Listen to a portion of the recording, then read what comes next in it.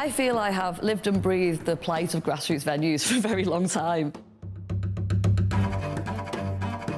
Whilst it's always difficult, I'd say, to run a grassroots space because you're constantly under-resourced, you constantly have massive ambitions, there is definitely a decline in attendance, but also there's definitely a change in the behaviour of the people who are coming. One of the things that we discovered as a venue is that, and particularly this has been like a post-COVID problem, it's difficult to get people to come out. There's a whole cohort of people who stopped going to shows and a whole cohort of people who never started. And so there's like this kind of weird gap. We have to nurture the grassroots, because if we don't do that, who's going to headline the arenas in 5 years? Who's going to be playing the pyramid stage at Glastonbury in 10 years? You don't really see much modernisation of technology or anything. Things have been the same way since, like, I don't even know when, like the 80s or something. Younger crowds are looking for more from their experiences. They're looking for more than just going to a gig, having a nice beer, and then that's enough. They want to engage in other ways, introducing technology to these grassroots experiences and to grassroots music in particular. We're hoping is a way that will re-engage younger people.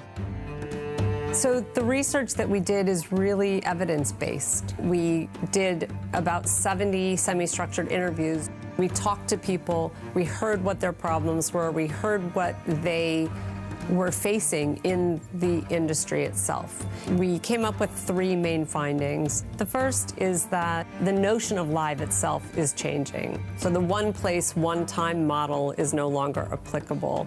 The second is artists really wanted access to more affordable technology. And the third is that there should be a more equitable ecosystem of distribution. So this is a research project to try and understand the value of technology innovation to grassroots music venues across the UK. We invited companies to apply to come up with the most amazing ideas they could that would use our infrastructure.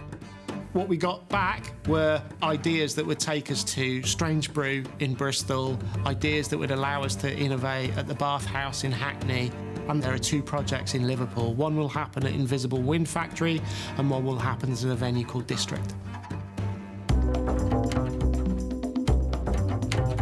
The project we're developing today is a tool and a platform called Megastage, which is a platform that allows an online audience and an in-venue audience in a grassroots music gig to kind of come together and be part of the same live shared experience. The innovation is really blending different pieces of technology together. We've got depth camera, we've got streaming, we've got online interaction. The way that our team works and what we're hoping to bring in the mix of what CoSTAR has to offer is a perspective on how people engage with technologies and bring people in the middle of what is being developed. What Megaverse are doing with their virtual music experience is very interesting to me. Having a space where people could come and have a sense of that musical engagement that is so deeply rooted in our human nature and be able to access it no matter the barriers of the physical spaces could be incredibly impactful. So the project we're delivering for CoSTAR is called Telesync, and ostensibly it's a series of, I guess you could say, wormholes that will connect venues to create like an intranet amongst like venues within the city, but at the same time to connect to other spaces outside of like the venue ecosystem. It's quite difficult to find out what's happening in these spaces, and there's a whole wealth of activity, but unless you're kind of tapped into that, you might just kind of go past you. But the challenges are vast. We've got 4 weeks to finish everything. There's a massive value in companies being able to work with an audience insight team or a user research team, thinking about Studio Tonto, thinking about the citywide work they're doing, go, okay, this is an interesting process. How are we going to develop a unique research protocol?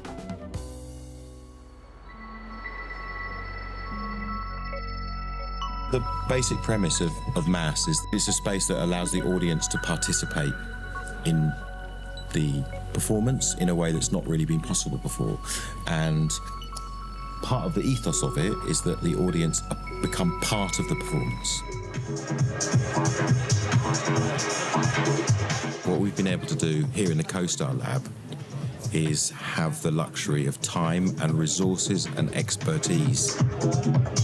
We're a really broad range of skills within the team. We come from a lot of different backgrounds. Everything from hardcore software engineering to more creative technology, integration-led things. What I'm doing at the moment is using LiDAR in order to cover the performance space with trackable information that gives us a really rich seam of information that we can really mine for understanding how the space behaves, how people behave in the space. It's almost architectural in that interplay between individuals, the artwork, and the venue itself.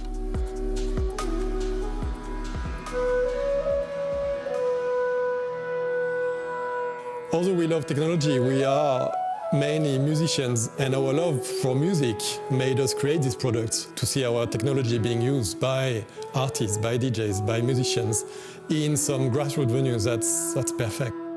The plan is to do this performance with live musicians. We'll have 2 bands playing at District, and we're going to be testing this spatial sound, our technology, for the first time in a live event. If it works, it's going to be a massive achievement. If we do it, we will be super happy. It's really useful that our data and our insights are able to feed both into companies and their creative development. Creatives don't often have that opportunity to get really valuable data that can add both to their commercial success, but also building more engaging experiences. We know now that the Spatializer works well for gigs. I think the audience really liked it. It was something really different. There was some part of the sound where you heard it flush past you to the speaker.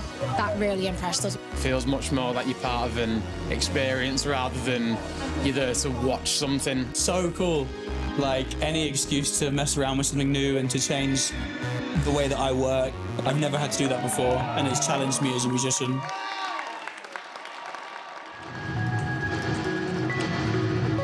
We're so used to engage spaces with our phones, but it kind of requires us to let loose of that and just really be immersed within this kind of new layer of technology.